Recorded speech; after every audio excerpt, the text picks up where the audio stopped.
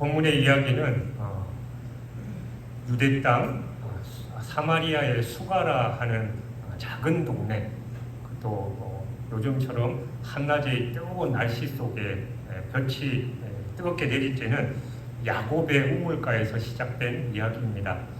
예수님께서 이 긴 여행을 하시면서 이제 지쳐서 우물가에서 잠깐 쉬고 계셨어요. 때는 정오였고 또 유대 시간으로는 제6시였습니다.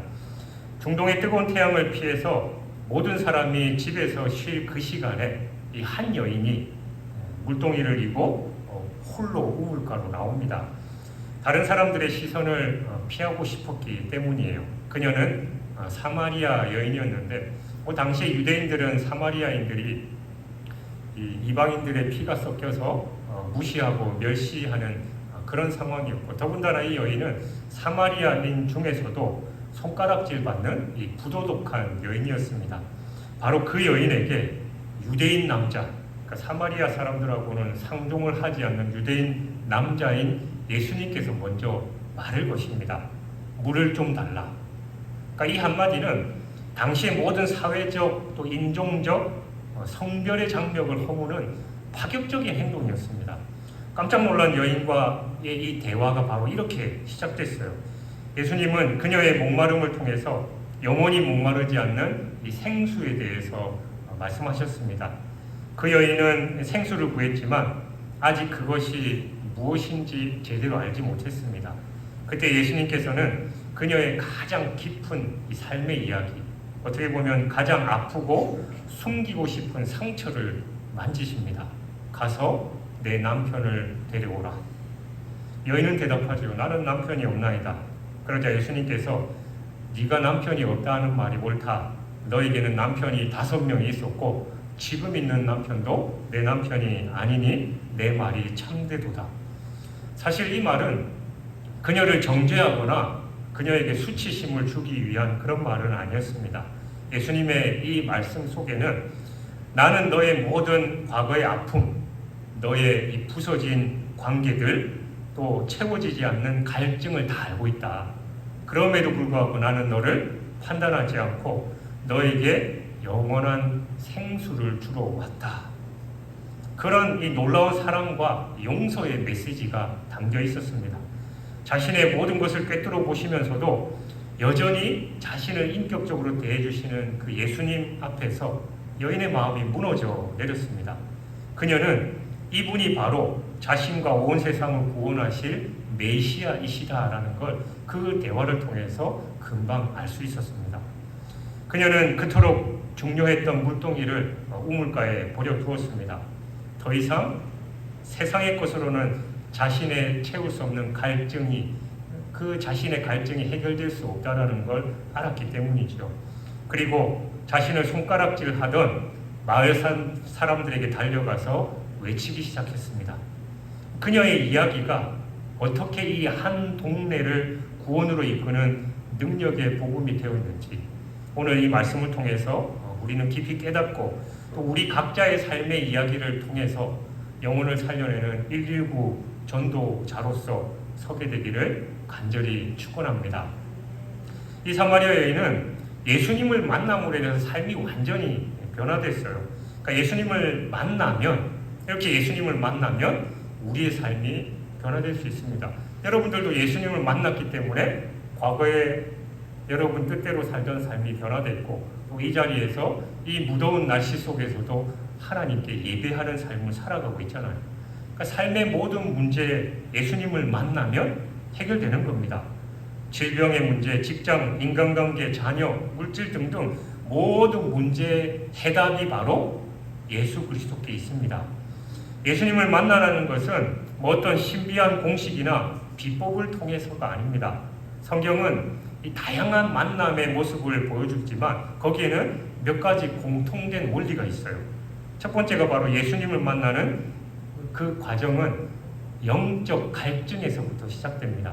사마리아 여인은 관계에서 갈증이 있었어요. 그래서 결혼을 5번, 6번 해도 그게 채워지지 않고 그렇게 세상을 향해서 쾌락적으로 살았지만 그게 채워지지 않았던 겁니다. 그러니까 결국 사람들을 피해서 혼자 그냥 그렇게 은둔의 삶을 살아가고 있었습니다. 이처럼 자신의 한계와 필요를 느끼는 영적 갈증이 바로 만남의 출발점입니다. 그리고 작은 결단과 행동이 있어야 돼요. 사마리아 여인은 예수님의 대화에 응했습니다. 이처럼 예수님을 향한 작은 호기심, 또 그분을 알고자 하는 작은 몸부림이 필요해요. 예수님이 말 걸어 오셨을 때 유대인 남자가 별꼴이지 왜 나한테 말 걸어하고 그냥 무시해버리고 갔다면 그녀는 영원한 생수를 누리지 못했을 겁니다. 그러나 도무지 이해 안 되는 그런 상황이었지만 그 만남에 응했기 때문에 그런 일이 발생할 수 있었죠. 그럴 때 바로 예수님의 주권적인 찾아오심으로 그 만남이 완성됩니다. 가장 중요한 것은 우리가 예수님을 찾아가기 전에 예수님께서 먼저 우리를 알고 계시고 찾아오신다는 사실이에요. 예수님은 의도적으로 사마리아를 통과하셨죠. 아까 말씀드린 것처럼 유대인들은 사마리아 사람들을 상종조차 하지 않습니다. 그러니까 유대 땅, 사마리아 땅 자체를 밟고 지나가지 않아요. 그러니까 가다가 사마리아 땅을 가로질러 가는 것이 빠른 길이라 할지라도 돌아가는 게 당연히 유대인으로서 생활이었습니다. 그럼에도 불구하고 예수님은 일부러 그 여인을 만나기 위해서 사마리아 땅으로 지나가신 겁니다. 그러니까 우리의 작은 결단에 주님은 놀라운 은혜로 응답하시며 우리 삶에 들어오시는 거예요. 우리 김광욱 씨가 뭐 이런저런 이유로 오늘 이제 처음 우리 교회를 왔는데 그냥 뭐 처음 뭐 어떤 이런 저런 일로 우리 교회에 왔다 할지라도 그가 그 오는 그 모든 과정에 하나님께서 준비하시고 또 하나님께서 역사하시는 거예요. 늘 얘기하는 거지만 우리 그리스도인들의 삶에서는 우연은 없습니다. 모든 게 하나님의 뜻 안에서 진행되는 겁니다. 예수님을 만나서 삶의 전반적인 부분에 변화된 대표적인 인물이 있잖아요. 바로 삭개오. 삭개오의 변화는 즉각적이고 구체적이고 또 전인격적이었습니다. 예수님을 만나자마자 삭개오는 가치관이 완전히 바뀝니다. 그의 삶의 중심은 뭐니 해도 뭐니가 최고 돈이었어요. 그런데 예수님을 만나자마자 그 삶의 중심이었던 돈까지도 다 내려놓잖아요. 그래서 얘기하죠. 내 소유의 절반을 가난한 자들에게 주겠사오며. 그의 인생의 주인이 물질로부터 하나님께로 완전 바뀌었다는 걸 나타내 주는 겁니다. 그러니까 우리의 삶이 변했다는 건 우리의 삶의 모습에서 나타나야 되는 거예요. 내가 은혜 받았고 주님 내가 그렇게 살겠습니다 하면서 내 삶이 변하지 않으면 그건 변화된 삶이 아니다라는 거예요. 그러면서 또한 삶의 방식 역시 삭개오는 완전히 변화돼요. 그는 늘 착취를 일삼았잖아요. 그 당시에 세리라는 직업 자체가 세금을 거두면서 만약에 그 로마 정부에 뭐 한 30을 갖다 줘야 되면 한 100을 걷는 거예요. 그러면서 70은 인마에 포켓하는 게 세리들의 일반적인 삶이었습니다. 그래서 사람들은 세리와 창녀 막 이런 그런 취급을 하면서 인간 취급도 하지 않았던 사람이 바로 세리예요. 근데 그런 삶을 살았던 삭개오가 그런 고백을 하죠. 만일 누구의 것을 속여서 빼앗은 일이 있으면 네 갑절이나 갚겠나이다. 그는 과거의 죄를 청산하고 다른 사람들과의 관계를 회복하기 위한 구체적인 행동에 나섰습니다. 참된 회개는 반드시 삶의 열매를 동반하게 되어 있습니다. 그리고 삭개오의 정체성이 완전히 변화되죠. 세상 사람들은 그를 세리장 죄인이라고 불렀지만 예수님은 바로 그를 아브라함의 자손이다라고 선포하시면서 잃어버렸던 그의 존귀한 정체성을 회복시켜 주셨습니다. 그는 더 이상 돈의 노예가 아닌 하나님의 사랑을 받는 주님의 자녀로 살게 된 것입니다. 예수님을 만난 여인은 마을로 달려가서 사람들에게 외칩니다. 본문 앞에 29절에 보면 내가 행한 모든 것을 내게 말한 사람을 와서 보라. 이는 그리스도가 아니냐. 그리고 그 외침의 결과가 오늘 본문 39절에 나타나죠. 여자의 말이 내가 행한 모든 것을 그가 내게 말하였다 증언하므로 그 동네 중에 많은 사마리아인이 예수를 믿는지라. 그러니까 우리는 여기서 간증의 폭발적인 능력을 발견할 수 있어요. 첫 번째가 간증이 어떻게 시작되느냐라는 거죠. 여자의 말이, 즉 그 여자의 이야기 때문에 모든 일이 시작된 겁니다. 하나님은 위대한 신학자나 또 유창한 설교가가 아니라 바로 좀 전까지 손가락질 받던 그 한 평범한 여인의 입술을 사용하신 겁니다. 이것은 우리에게 큰 위로와 도전을 줘요. 우리의 학벌이나 사회적 지위 또 말썽씨가 복음의 능력을 결정하는 게 아니다라는 거예요. 예수님을 만난 진실한 경험, 바로 그것이 가장 강력한 전도의 도구입니다. 여러분들 사실 전도하다 보면 내 삶이 부끄러워서 말 못할 때가 참 많잖아요. 특히 이제 가족들한테 전도할 때. 가족들은 내가 어떤 삶을 사는지 뻔히 다 알고 집에서는 내 삶이 완전 무장해제가 되니까 서로 이제 다 알아서 그런 말 하면 그냥 긴 말 필요 없이 그냥 표정 하나로만 저 사람이 나에게 어떤 감정을 느끼는지 우리는 다 알잖아요. 그래서 감히 복음을 증거하지 못합니다. 그러나 여러분, 보잘것없는 나를 사랑하시는 주님을 전하면 돼요. 사실 이 사마리아 여인보다 더 손가락질 받는 분이 여기 계셔요? 사마리아인들은 그 동네 사람들한테 완전히 전문용어로 제껴진 그런 삶을 살았어요. 그러나 그녀가 가서 자기의 얘기, 나를 내 이런 모습까지도 사랑하시고 나에게 영원한 생명 양식을 주시는 주님에 대해서 얘기했을 때 그 사람들이 그 얘기를 듣고 예수를 믿게 됐다라는 겁니다. 두 번째는 간증의 내용이에요. 그녀는 무엇을 증언했느냐? 어려운 신학적 교리가 아니에요. 오늘처럼 뭐 사형리를 갖고 가서 얘기했다든지 전도 폭발 45분 복음 제시를 했다든지 그런 게 아닙니다.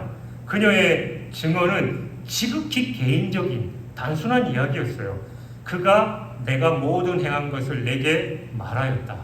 그러니까 내 모든 부끄러운 과거와 숨겨진 아픔을 아시는 분, 그럼에도 불구하고 나를 찾아오셔서 만나주신 그분을 내가 만났다라는 얘기를 한 거예요.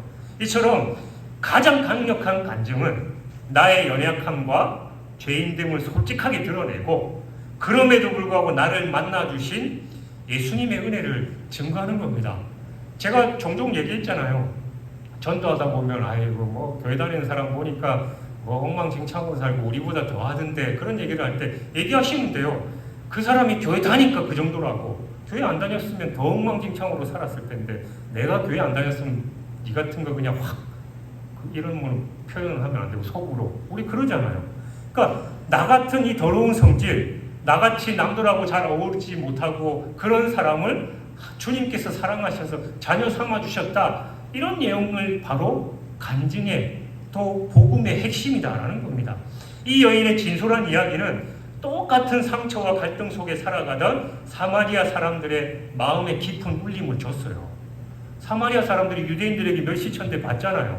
근데 그들 중에 더 멸시천대 받는 사마리아 여인의 얘기를 들으니까 동병상련의 은혜를 누릴 수 있었다라는 겁니다. 그들은 저 여자가 저렇게 변했으니 도대체 누구를 만났기에 라는 호기심을 갖게 된 거예요. 그래서 40절을 보면 그들은 예수님께 와서 자기와 함께 머무시기를 청하니, 그러니까 간절히 요청하는 거예요. 도대체 당신이 누구기에 저 엉망진창으로 살아가는 여인이 저렇게 변했느냐, 우리와 좀 같이 좀 있으면서 그 얘기를 우리에게도 좀 들려주십시오라는 간청을 했다라는 겁니다.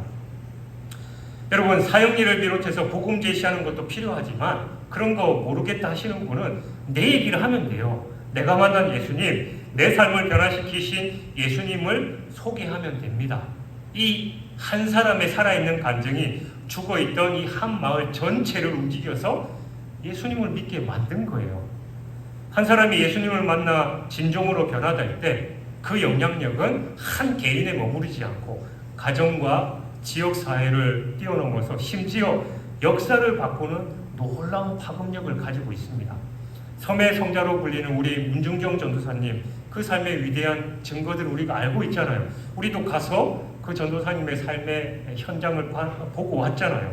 그녀는 남편에게 일찌감치 버림받는 등 개인적으로 아픈 삶을 살았지만 예수님을 인격적으로 만난 이후에 모든 것이 변했습니다.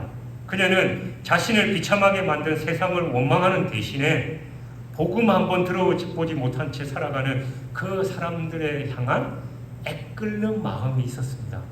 그녀는 배를 타고 이 전라남도의 수많은 섬들을 다니면서 복음을 전했어요. 그녀의 전도는 단순한 말이 아니었습니다. 아픈 사람들을 돌보고 굶주린 이들에게 자기 것을 나눠주면서 아이들을 가르치는 삶의 복음이었습니다. 그녀의 헌신적인 사랑과 삶의 간증을 통해서 수많은 섬들의 사람들이 주님께로 돌아왔고 그녀는 100개가 넘는 교회를 개척하는 놀라운 열매를 거뒀습니다. 그래서 전라남도 신안군에 가면 천사의 섬이라고 불리고 하는데 거기에 95% 이상의 교회가 성결교회예요. 우리 문진경 전도사님이 우리 성결교회 전도사님이셨으니까 그 온 섬들을 다 다니면서 복음을 전해서 교회를 세운 게 그 동네 가면 다 성결교회들이 95% 이상이다라는 겁니다. 6.25 전쟁 당시 그녀는 자신을 죽이려는 공산군 앞에서 교인들을 지키기 위해서 먼저 순교를 자처했습니다. 이 한 여인의 변화된 삶이 복음의 불모지였던 섬지역 전체를 변화시켰습니다. 여러분, 우리가 강조하잖아요. 진주와 서부 경남 지역 전국에서 복음화율 꼴찌 3%도 안 된다.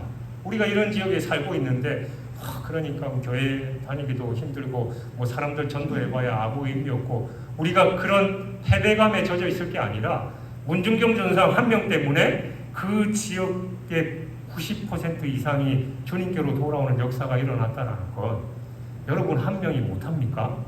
여러분이 문중경 전도사님보다 못한 게 뭐 있어요? 그리고 요즘 같은 시대에 더더욱이나 우리가 왜 못합니까? 못하는 게 아니라 안 하니까 그런 거예요.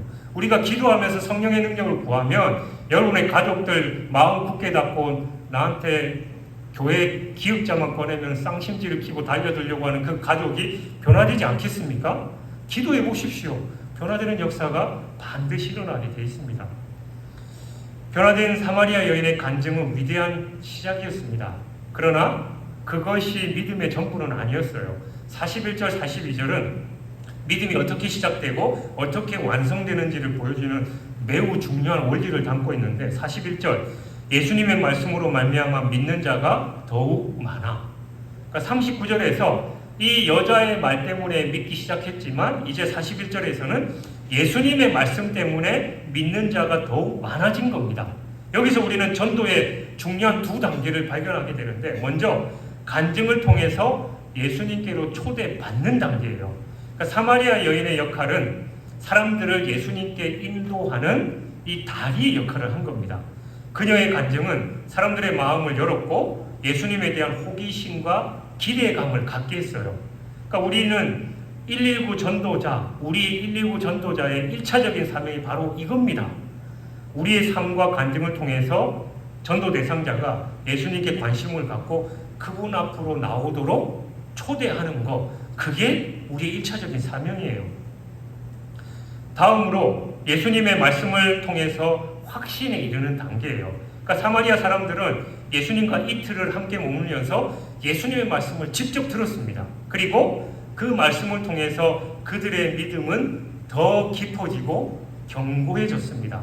그리고 마침내 그들은 놀라운 신앙 고백을 합니다. 42절 그 여자에게 말하되 이제 우리가 믿는 것은 내 말로 인함이 아니니 이는 우리가 친히 듣고 그가 참으로 세상의 구주신 줄 알미라 하였더라. 그러니까 그들은 더 이상 이 여인의 간증, 즉 직접적인 간접적인 믿음에 머물지 않았다라는 거예요. 여러분 우리가 전도할 때 여러분들 어떻게 사람들 교회에 오라고 해요? 물론 복음을 증거해서 결신시켜서 데려오시는 분들도 있습니다만 교회 가면 복 받는다, 교회 가면 병 고쳐 받는다, 교회 가면 좋은 사람들 만난다, 교회 가면 맛있는 밥 준다, 그런 단순하고 1차적인 이유 때문에 교회 올 수도 있습니다. 그게 우리 역할이에요. 그들이 교회 첫 발을 내딛게 하는, 그게 우리의 다리 역할을 해야 되는 게 우리의 1차적인 역할이고, 그들이 교회에 왔을 때 단에서 선포되는 그 말씀을 통해서 성령께서, 하나님께서 역사하시기 때문에 나중에 사실은 내가 교회 가니까 맛있는 밥 줘가지고 왔는데 와서 이제 밥 먹고 한 주, 두 주 예배드리고 말씀 듣다 보니까 야, 예수님이 누구신지 알게 됐다. 그래서 이제 나는 밥이 아니라 그 나를 사랑하시는 예수님 때문에 교회 다니게 됐다라는 그런 고백이 되는 거예요. 그들은 예수님을 단순히 내 과거를 아는 분이 아니라 참으로 세상의 구주심을 알게 됐다라고 얘기하잖아요. 여기서 알다라는 그 단어는 지식적으로 그냥 알물 넘어서서 경험을 통해서 얻는 확신에 찬 알물 의미하는 겁니다. 마치 어떤 사람이 세상에서 가장 맛있는 음식에 대해서 감동적으로 설명하는 것을 듣고 그 식당에 가보고 싶은 마음이 생겨서 그 음식을 맛본 후에야 그래 이 맛이구나, 이 집 진짜 맛있구나 라는 확신을 갖게 되는 것과 마찬가지예요. 요즘 인터넷이나 유튜브 상에서 먹방도 하고 맛집 소개도 많이 하잖아요. 그러니까 그런 소개 듣고 이제 그 맛집에 가서 이제 듣고 이제 가서 이제 먹어보니까 그래 진짜 맛있네 라고 느끼는 과정과 똑같다라는 겁니다. 그러니까 우리 간증은 이 최고의 맛집을 소개하는 것과 같은 거예요. 우리는 사람들을 잔치 자리로 초대하는 역할을 합니다. 그러나 그 잔치의 주인이신 예수님을 그들이 직접 만나고 맛보게 될 때 비로소 그들의 믿음은 흔들리지 않는 반석 위에 서게 되는 것입니다. 근데 전도하다 보면 복음을 기쁘게 받아들이고 삶이 변화되는 사람들이 있는 반면에 끝까지 마음 닫고 비판적인 태도를 보이는 사람도 만나죠. 이 두 그룹에 대한 우리의 자세는 지혜롭게 대처해야 됩니다. 변화된 사람들에 대한 자세는 먼저 당연히 함께 기뻐하고 격려해야 돼요. 사마리아 사람들이 예수님을 영접했을 때 하늘에서 큰 기쁨이 있었던 것처럼 우리는 한 영혼이 돌아온 것, 온 교회가 함께 기뻐하고 축하해야 합니다. 그들의 작은 믿음의 이 걸음 하나하나를 구체적으로 칭찬하고 격려해 줘야 되는 거예요. 그리고 그들을 인내심을 갖고 보호해야 됩니다. 그들은 잘 모르잖아요. 영적인 갓난아이와 같습니다. 때로는 미성숙한 모습을 보이더라도 교회에서 그러면 안 돼 라고 비판하기보다 인내심을 갖고 기다려줘야 돼요.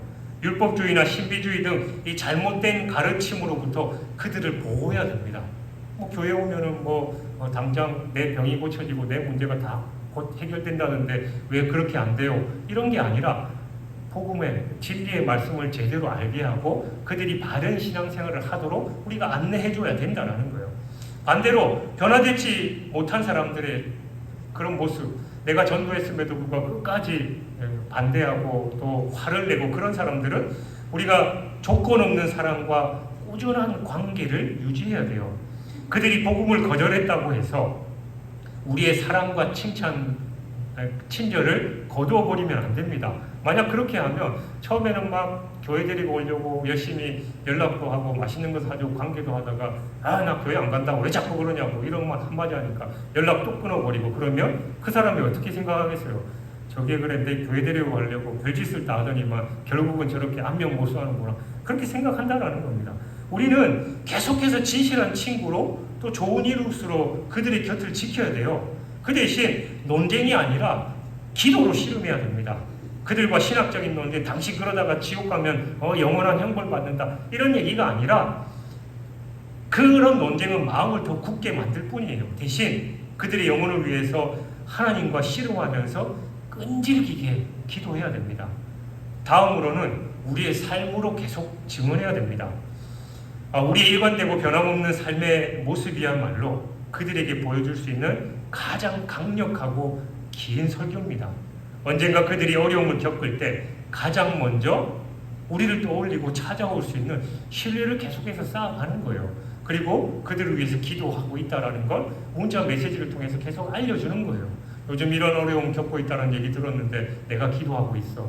그러면 진짜 그 어려움 때문에 힘들 때 우리의 얼굴을 떠올리게 되고 연락 와서 내가 이럴 때 어떻게 하면 되겠냐라고 마음의 문을 여는 거예요. 그러면 모든 삶의 문제 해답이신 예수 그리스도를 소개하면 되는 것입니다. 사랑하는 여러분, 오늘 우리는 사마리아 여인의 이야기를 통해서 우리가 만난 예수님의 이야기가 얼마나 강력한 복음의 메시지가 될 수 있는지를 보았습니다. 그녀의 간증은 한 마을을 움직여서 그 마을 전체를 예수님께 인도했고 그 만남을 통해서 사람들은 예수님을 세상의 구주로 고백하는 위대한 믿음에 이르게 됐습니다. 하나님은 오늘 우리 각 사람을 이 시대에 사마리아인으로 부르셨습니다. 우리의 과거가 어땠든지, 우리의 상처가 얼마나 깊든지, 우리의 지식이 어떻든지, 우리의 말이 언어라든지 상관없습니다.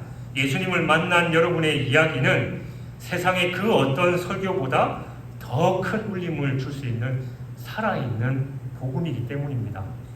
119 전도운동의 여정 가운데 있는 우리에게 이제 구체적인 과제를 드리겠습니다. 이번 한 주간 여러분 거창하게 복음을 설명하기 애쓰기보다 여러분의 간증을 준비하고 나눌 기회를 한번 찾아보십시오. 먼저 이 세 가지의 간증의 기둥을 세우는 게 중요한데, 첫 번째는 사마리아 여인에 채워지지 않는 관계의 갈증처럼 예수님을 만나기 전에 나의 삶, 그 삶의 가장 큰 갈증, 문제, 아픔이 무엇이었는지를 우리가 먼저 되새겨보는 거예요. 그리고 사마리아 여인이 우물가에서 예수님을 만난 것처럼 우리가 예수님을 어떻게 인격적으로 만나게 되었는지를 살펴보는 겁니다. 그리고 다음에 사마리아 여인이 물동이를 버려두고 기쁨으로 달려간 것처럼 예수님을 만난 후 나의 삶에서 예수님은 나의 갈증과 문제를 어떻게 해결해 주셨고 나는 어떻게 변화되었는지를 알려주는 거예요.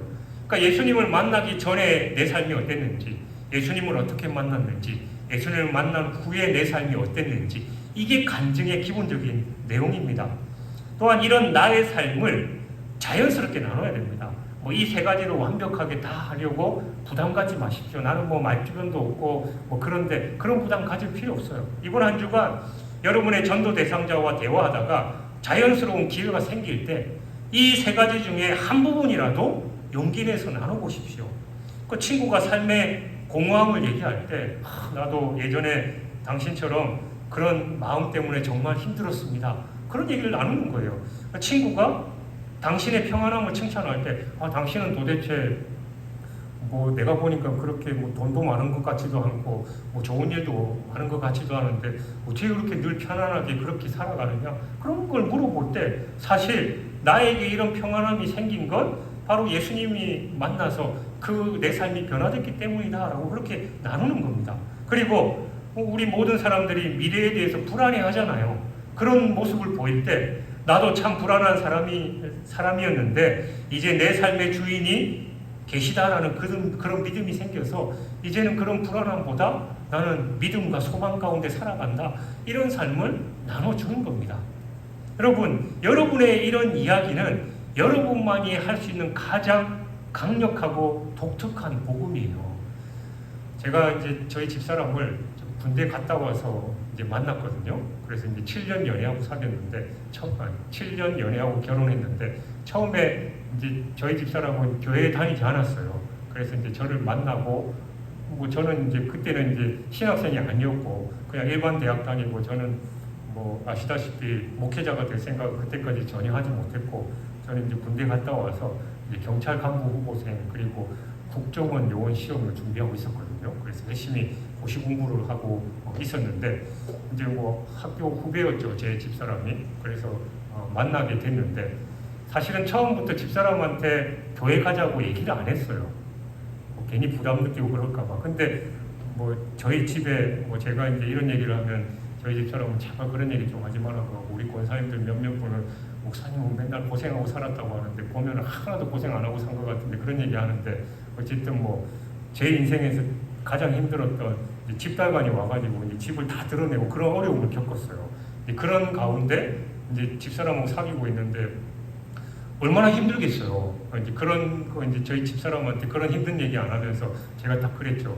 요즘 이제 집에 정말 힘든 일이 있어가지고 내가 이제 자주 연락 못 하고 또 그럴 때 그러더라도 오해하지 마라, 그런 얘기를 하고 이제 저는 이제 기도의 자를 지킨 거죠. 그리고 나중에 어느 정도 그 일이 해결되고 그랬을 때 한 번은 이제 저희 집사람한테 물어보는 거예요.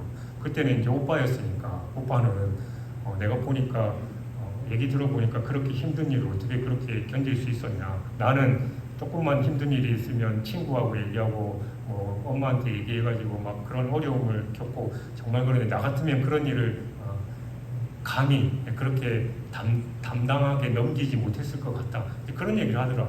그때 이제 제가 기회다 싶어가지고 이제 내가 이렇게 힘든 일을 겪었음에도 편안할 수 있었던 이유에 대해서 얘기를 했죠. 그러니까 자기도 교회를 가고 싶대요. 그러면서 처음 부활주일에 집사람을 교회로 인도했던 그런 일이 있었는데, 마찬가지예요, 여러분. 기회가 옵니다. 여러분의 삶의 문제 다른 사람들도 똑같이 겪고 있어요. 근데 그 사람들은 그들의 삶에 주님이 없어요. 예수님이 없어요. 그러니까 더 힘들어요. 그런 얘기를 할 때 뭐 그들의 힘든 일 여러분들은 안 겪고 살았습니까? 똑같은 삶의 문제들 겪고 살잖아요. 그런 얘기를 할 때 바로 그런 문제 속에서 내가 편안함을 느끼고 또 믿음을 지킬 수 있었던 이야기를 그 사람들한테 해주는 거예요. 그러면 그들이 예수님에 대해서 궁금해지고 교회에 발을 내디디면 이 흘러가는 말씀을 통해서 그들의 삶의 문제가 해결되는 역사가 일어난다는 겁니다. 여러분의 상처가 별이 되고 여러분의 눈물이 변해서 간증이 된 거잖아요. 이제 그 살아있는 복음을 들고 세상에 나가십시오. 부끄러워할 필요 없습니다. 그들도 똑같은, 아니 여러분보다 더 심한 문제를 겪고 있습니다.